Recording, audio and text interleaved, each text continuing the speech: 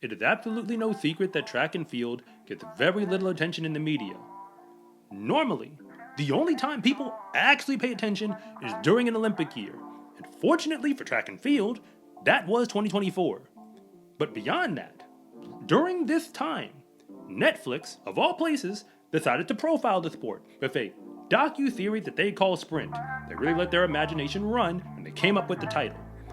All that being said, beyond Sprint, their part 1 and part 2 of that show, there's almost nothing that most people can watch that is entertainment, like actual entertainment, like a movie or a show related to the sport.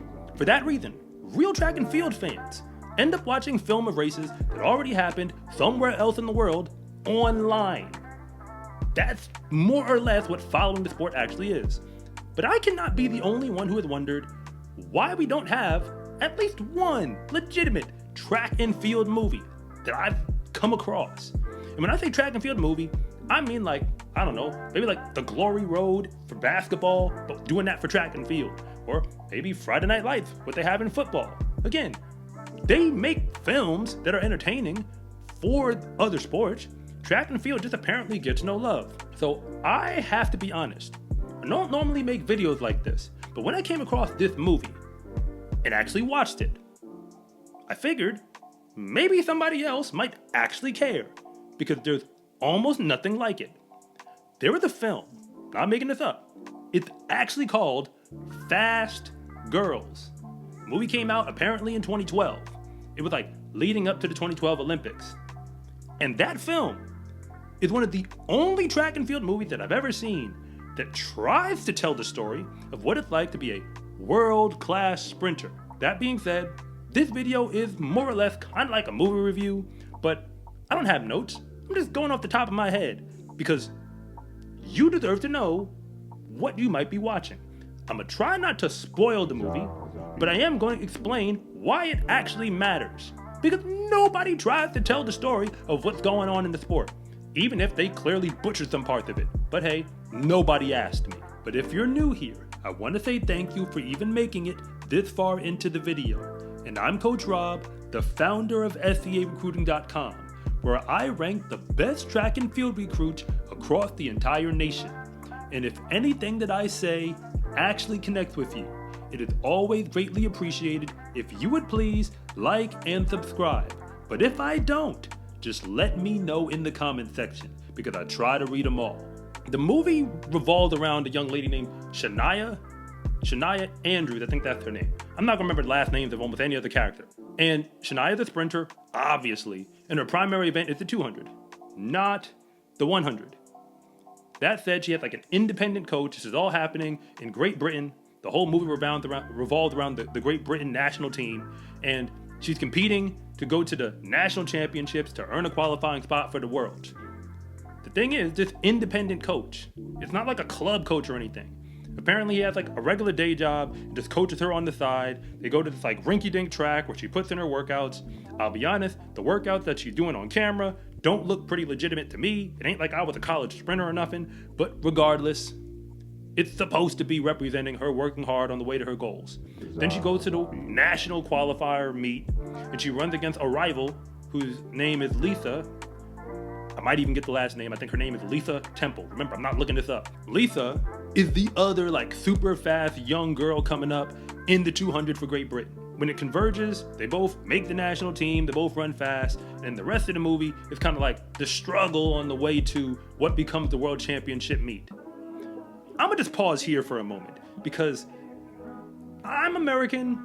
I don't know everything about Great Britain's system. I know how we do it over here, but I think they're kind of getting something right.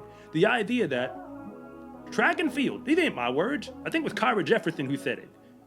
Track and field right now is not really a professional sport.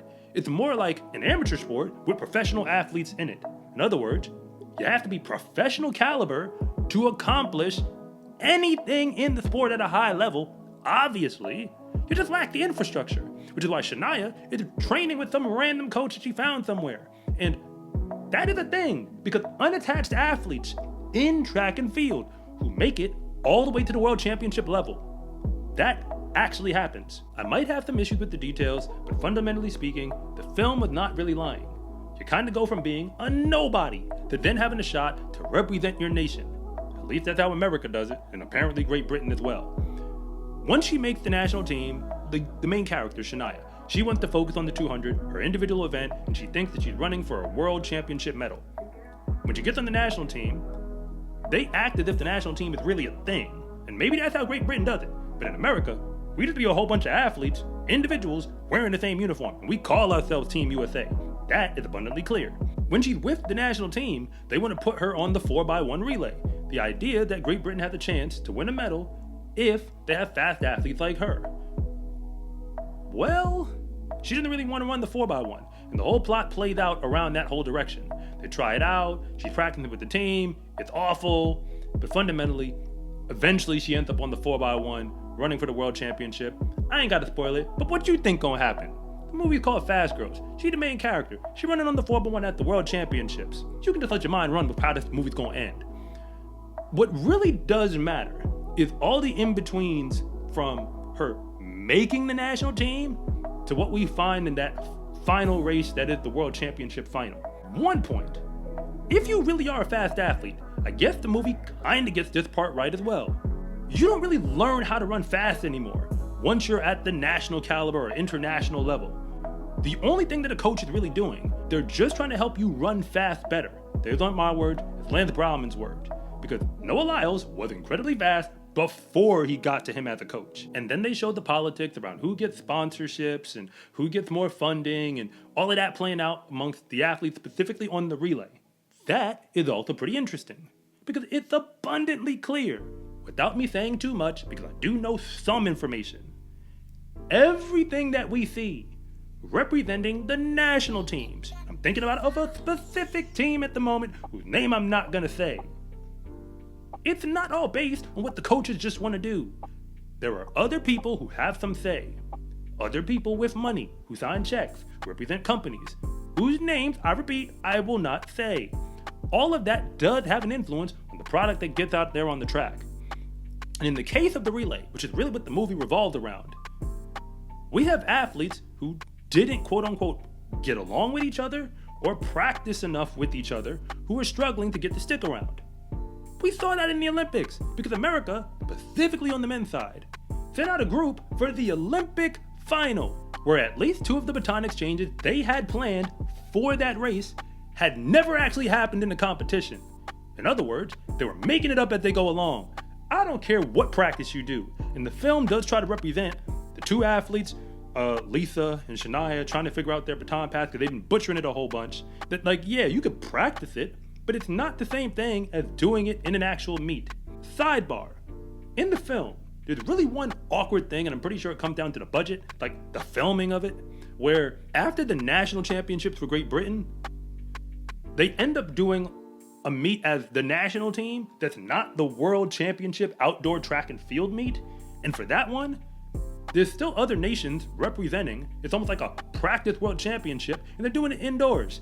That makes absolutely no sense. Either it's outdoor track and field or indoor track and field season.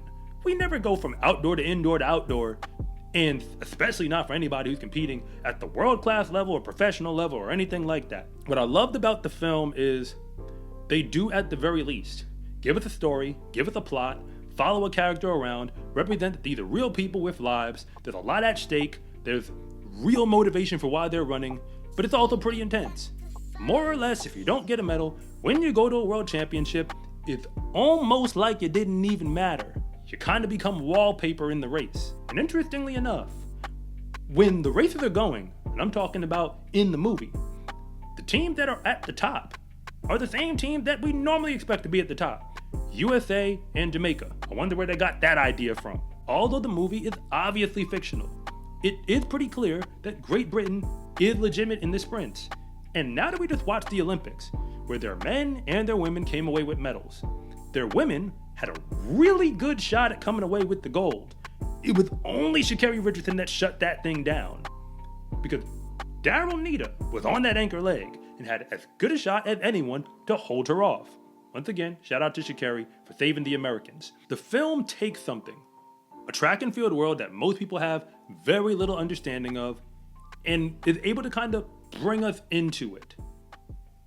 It's imperfect, and apparently nobody watched it, because from what I can find online, this movie barely made $1 million at the box office. And it did say the term box office when it came out, which means they did try putting it in theaters. This is not just a send it to DVD or send it to online. If you do want to watch it now, the place I saw it is Tubi TV, the free streaming site. Yes, Tubi, Tubi. It's an actual thing and it's entirely free. It's not perfect, but they actually tried. They had real cameras, real editing. It was entertaining enough. The characters were somewhat believable. Of course, the track and field action is, well, it's acting. And that's about what you would expect from any sports movie. They put like actual actors out there trying to pretend that they're world-class athletes. So yeah, you gotta lower your expectations there. But at the very least, we got one. A movie that tries to tell the story of what's really going on out there, even if they butcher some parts. So if you had any interest at all in watching Sprint on Netflix, you might as well check out the movie Fast Girls. I recommend you do it on Tubi TV. Because, well, what do you have to lose? Track and field entertainment is really hard to come by. And for the last decade, this might as well be the best movie we got, where someone even pretended to try while they made one. In the sport of track and field, confidence is everything, because when you win, that is just the moment when everybody else finds out what you already knew to be true, that fast is a lifestyle. Get your Fast is a Lifestyle track and field gear at scarecruiting.com/shop, or use the link in the description below. It's a huge support to me and this channel, so I can continue to make you more content like this. And remember, it is always greatly appreciated if you would please like and subscribe.